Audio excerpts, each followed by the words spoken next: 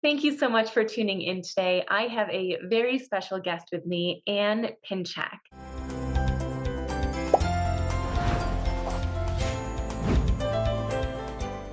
Anne is a Missing Link member as well as someone that I've worked one on one with in my program called the Mentor Membership. Anne has gone from walking around in her home, holding onto furniture and walls every chance she could get, to now walking in the middle of a room without touching anything, including an assistive device. And she's noticed improved strength, balance, walking, and energy. She's also noticed reduced foot drop, but perhaps most importantly, she has more hope than ever before. And this is because of the successes that she has been seeing from the functional exercises in the Missing Link. I think you'll find Anne's story relatable and also inspiring. Anne, thank you so much for being here with us today. Thanks for having me. Of course. So before we get into the main topic of our call today, just talking about your story and the benefits you've seen, I would love to ask you a question from my interview deck to help our listeners get to know you a little bit more. Is that okay with you? Yes, that's absolutely okay. All right, sounds good. So shuffling. All right, your question is, what is the nicest thing a stranger has ever done for you?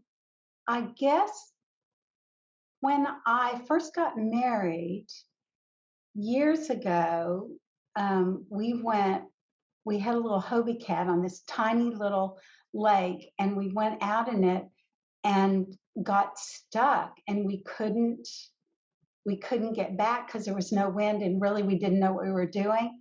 So a stranger just came and towed us, and we were freezing and gave us, warm blankets. And I just thought, well, that's really nice. So that was very nice. Wow, that is nice. I'm glad you were able to get back okay. Yeah, I think, got like dangerously cold. Oh my gosh. Oh, that sounds scary. Yeah.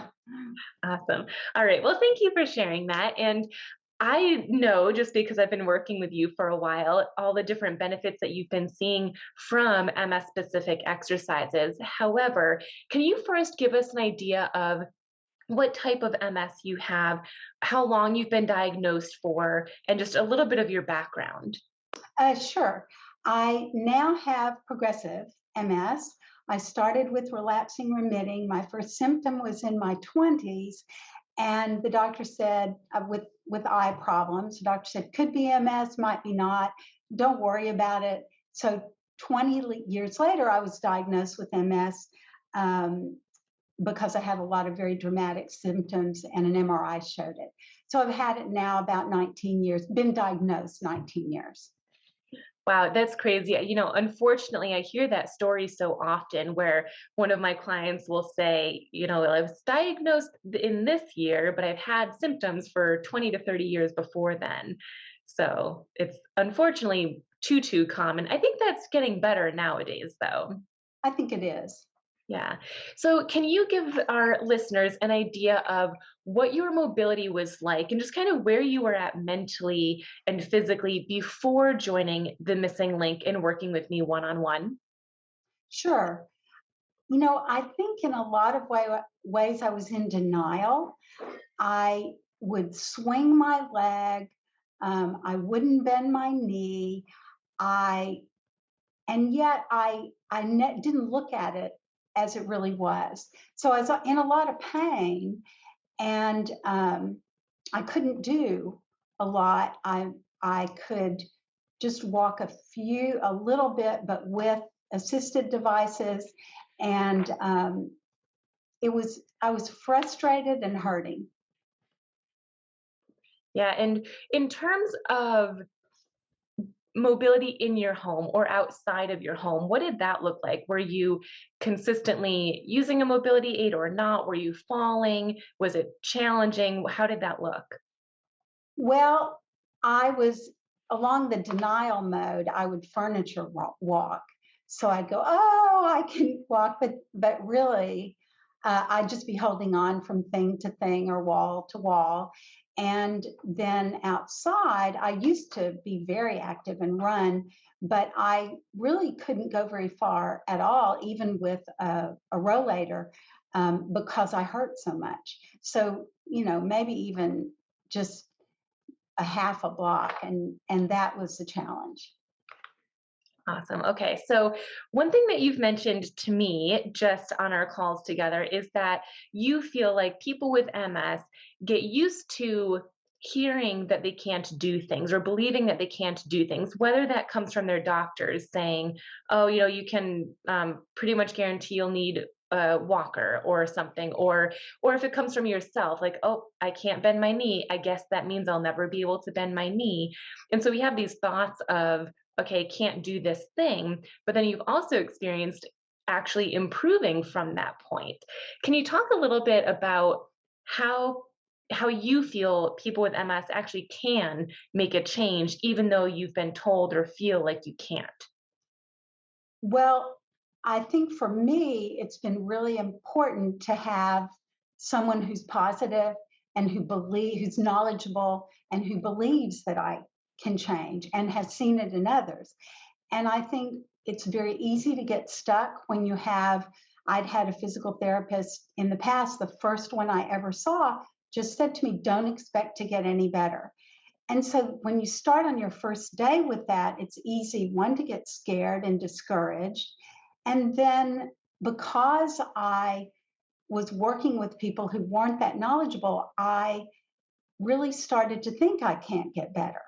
And so when I work with someone who says, okay, do this exercise, and I do it on a consistent basis, and one day, it might be weeks later, all of a sudden I'm lifting my leg more. I can bend my knee. It's really life changing, and it permeates everything because you have hope again, and that really changes everything.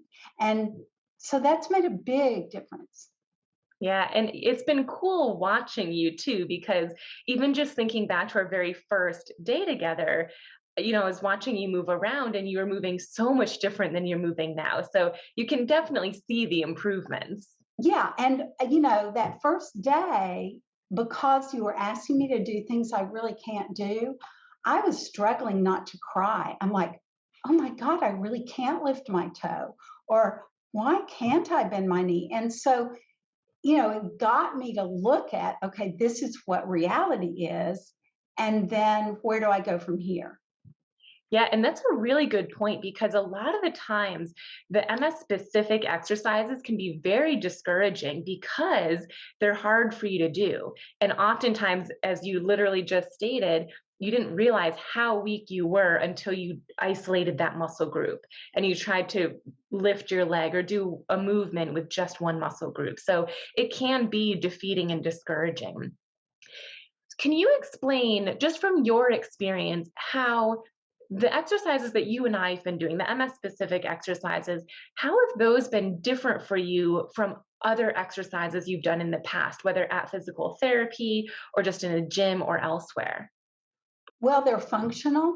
So I can, a lot of, for me, with MS is the neuroplasticity of it, getting the brain to talk to the muscle. And so when I'm standing up and trying to walk through a step, it it connects something in the brain. When I tighten my glute and I push my heel down, that's a trigger point in my heel. So it says something to my glute, oh, tighten. And so doing it in, for me, this revolutionary functional way has let me improve faster and let me see reality, but really make a difference. So I had gone from a physical therapist who said, don't, you're not going to get better, to trying to work with people in gyms, trainers.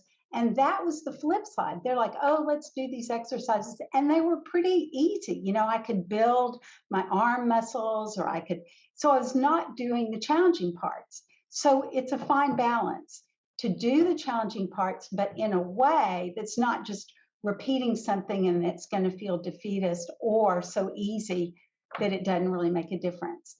Right. Yeah, you're right. There is that happy medium where you're doing challenging work that's still effective and not too easy. Mhm. It can be easy to focus on the easier things, though, I bet, just because you feel more successful with them. Right, right. And that, I think that people are well intentioned. Mhm. And sometimes it does, if someone's not trained with MS, it kind of can freak them out how much you can and can't do. And so they're like, well, let's start with the easy stuff and not get her discouraged, which is not particularly helpful. Right. I was going to say that's the opposite of what you and I did. Yeah, it You is. started with the hard stuff. Yeah. Can you share? Okay, so we've got an idea of how these exercises are different. You've seen improvements in so many different areas. Can you first start by sharing how you've seen improvements in different parts of your body, like your hip, your knee, your ankle? What improvements have you noticed? And just for our listeners too, you and I have been working together for just over 3 months. Is that right? Right. That yeah. So what improvements have you noticed there?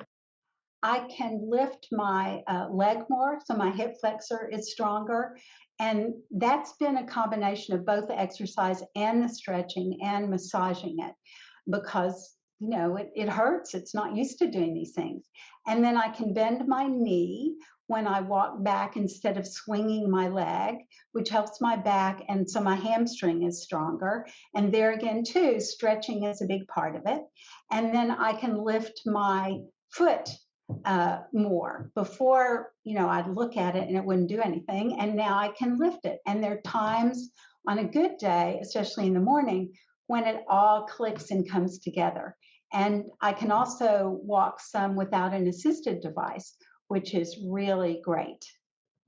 Awesome. And are you still wall walking or furniture walking? Not as much, and I'm really trying not to. You've got a video on that, and I'm working on not wall walking and not using my hands to lift my leg to try all of that myself. That's great. And there's two things you said that really stuck out to me. First, I love that you mentioned the strengthening as well as the stretching and the massage, because I think so many people who have difficulty walking only focus on the strengthening, and they think to themselves, well, if I was just stronger I could do it. And yeah, strengthening is a big piece of it, but stretching and massage, these other components, balance, those are also a piece of the puzzle, so it's important to focus on all those areas. Yeah, I think so. And I also think visualizing in there so that I can just close my eyes and imagine myself walking. And I actually used to not be able to imagine it. And now there are times I can actually imagine it in my brain. And then the other part of that with the stretching is also the not overdoing that exercise. Because if you think that by just getting stronger, you're going to get better, and you do it too much, it's counterproductive. Because if I get tired by doing them too much in the morning and the rest of the day I'm swinging my leg or doing something funky, that's counterproductive. Yes, absolutely. So you mentioned improving your hip flexion, so lifting your knee, bending your hip, as well as bending your knee and lifting your ankles are some of the movements that you noticed improvements in, which is amazing because those are the three big components you need for walking, for stair climbing.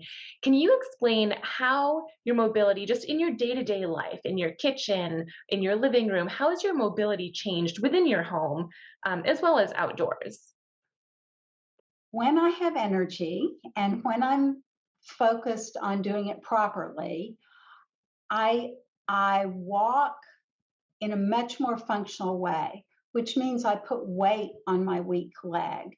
I put my weight in the heel and I walk through and I let my leg go all the way back. And then I keep more weight on my right side and I lift my right leg up. So functionally, I can do things longer and I can stand and cook longer. When I'm standing, I make sure to put my weight on my right side some and I make sure my knees aren't kissing. And I've also let pain guide me because if it's really hurting, I know I'm doing something wrong because when I do it right, I don't hurt or I don't hurt as much. And that's been a real teacher too. Yeah, that's great. Just listening to your body because your body will tell you if you're doing something properly or not. And Mhm. you mentioned you can stand longer. So, can you give our listeners an idea of how long you could stand before you started doing the missing link exercises and now how long you can stand for? Well, I'm a nutrition nut, and so I make the meals in the house. And so I had this vision of standing an hour and a half and making these great meals. But really, after 5 minutes, I was hurting. And now I can do about 30 minutes, maybe more on a good day. And I've cut down my ambitions about cooking. I've made it much simpler. And I've been able to stand longer, which makes for less pain all around. Yeah, I think that's great because, there's two ways that we can improve things. And I like to focus on both, but one way is getting better strength and balance and endurance. And then the other thing is just making life easier. And you're doing both of those. You're making easier meals so that you don't have to stand for an hour and a half, but you've improved your strength and your balance and endurance to the point where you can stand for 30 minutes Mhm. instead of 5. So that's amazing. Yeah, it's helpful. Yeah. So, okay, we've talked a lot about physical benefits. What other benefits have you noticed? Because you and I have talked a decent bit about mood and energy, mindset. Talk to us a little bit about that. Well, for me, everything stems from having this hope and doing the work and making difference in seeing progress. So from that, really, it improves everything. It improves, I feel good about myself. My general mood is better. I'm happier. I have more energy. If I have something to do, before I might make myself do it, and now it's like, well, I am making progress, and it makes everything easier to do, if that makes any sense. Absolutely. And I think that's so important because if your mood is better and your energy and um, attitude all around, you just feel better. You feel lighter. You don't feel as weighed down and worried all the time about what's going to happen next or will you be able to do X, Y, and Z. So I think that plays a huge role that's not talked about enough. Yeah, and I think a part of that is just to be honest about it. I definitely don't want to be a victim or a martyr. I want to be honest. So my mood is better, so I can actually be a little bit more vulnerable. I can say, I'm kind of scared about this, not fake it and soldier through, which I think is counterproductive. Absolutely. So I'm just curious, I would love for you to share what are some of the goals? You've met a bunch of goals while we've been working together, but I know you have longer term goals out there too. Can you share with our listeners what you're working towards and why you're still focusing, even after our one on one is over, you're staying with the missing link? What are you hoping to work towards? Well, ultimately, I want to hike in national parks with a Jack, who's the love of my life. And then, shorter term, my younger son is getting married in September, and I want to walk with him down the aisle in a normal fashion. And then, short term, I just want to keep that trajectory going so that I see maybe not every day, but over a week, over 2 weeks, over a month, that continued improvement. Those are amazing. I feel like my heart smiles when I hear you say those goals. That is awesome. And what is your mindset on those? Do you feel like, yes, I think that's doable? Or, what are your thoughts on reaching those goals? Well, I tell you, that's part of my mindset. I used to be very driven and in demand, like this has to happen. If it doesn't, I'm somehow a failure. And so I've changed the way I look at things. Growing up and as a kid, I didn't know anything about working out or athletics or because I played flute in the band. And so these people that are like, oh, did this and that and I know about I didn't. So I had no clue. I thought, well, if I work out a couple of days, I ought to be able to do it. So I had no patience.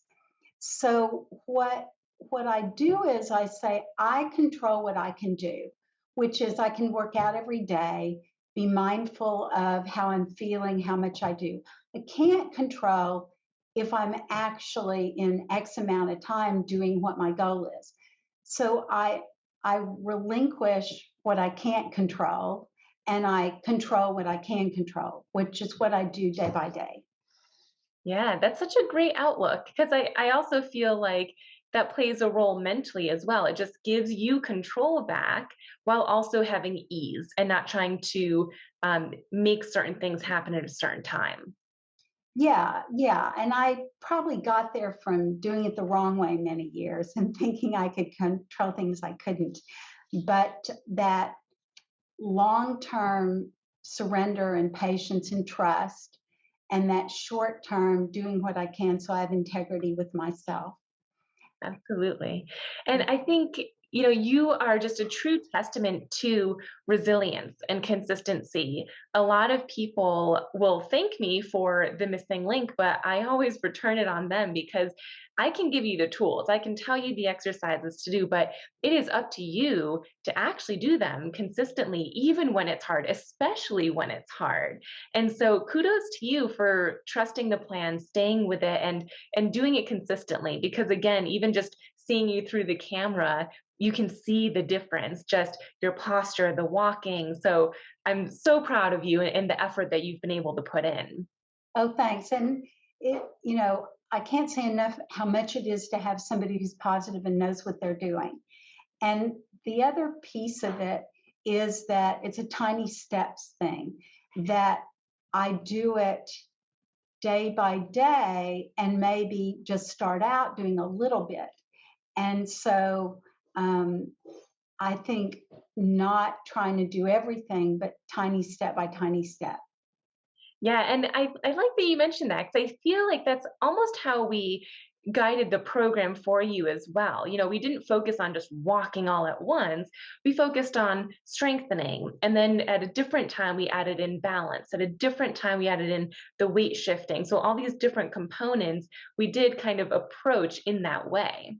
Yeah, yeah, it's a very well thought out. What do you need to work on first so that you're not diving in and feeling discouraged? I think um, the best way to get better at something is to feel successful in what efforts you're making. So it's designed to feel successful along the way, which I Right. appreciate. Yeah, absolutely. So, one thing that our listeners don't know about you yet is that you've been working on a certification before we met, but you just completed it yesterday, I believe it was. Can you tell us about that certification and what you're doing and where we can find you if we want to get in touch with you? Oh, sure, thanks. Yeah, I totally changed careers when I was diagnosed with MS, and over time got more and more interested in health. So first took a nutritional therapy program and then got WAL certified in her protocol, and then recently completed a functional medicine health coaching class that's affiliated with the Institute of Functional Medicine. So it's about supporting people in their journey. And since I've been on that journey, I know what it's like. And so people can find me at Instagram, it's at Ann Pinchak, or Facebook is Ann Pinchak. And my website, which will be up in about 6 weeks, will be annpinchak.com. Awesome. And I will put those links in the show notes. So if anyone's looking for them, just go to the show notes and you'll be able to find Anne in there. Awesome. Well, thank you so much, Anne. I appreciate you sharing your story, where you were before the missing link, where you are now, and where you're hoping to go. I think it's so inspiring hearing from someone who is in it with you. You're putting in the work and seeing the results from that. So thank you so much for being with us and for sharing your story. Thanks for having me.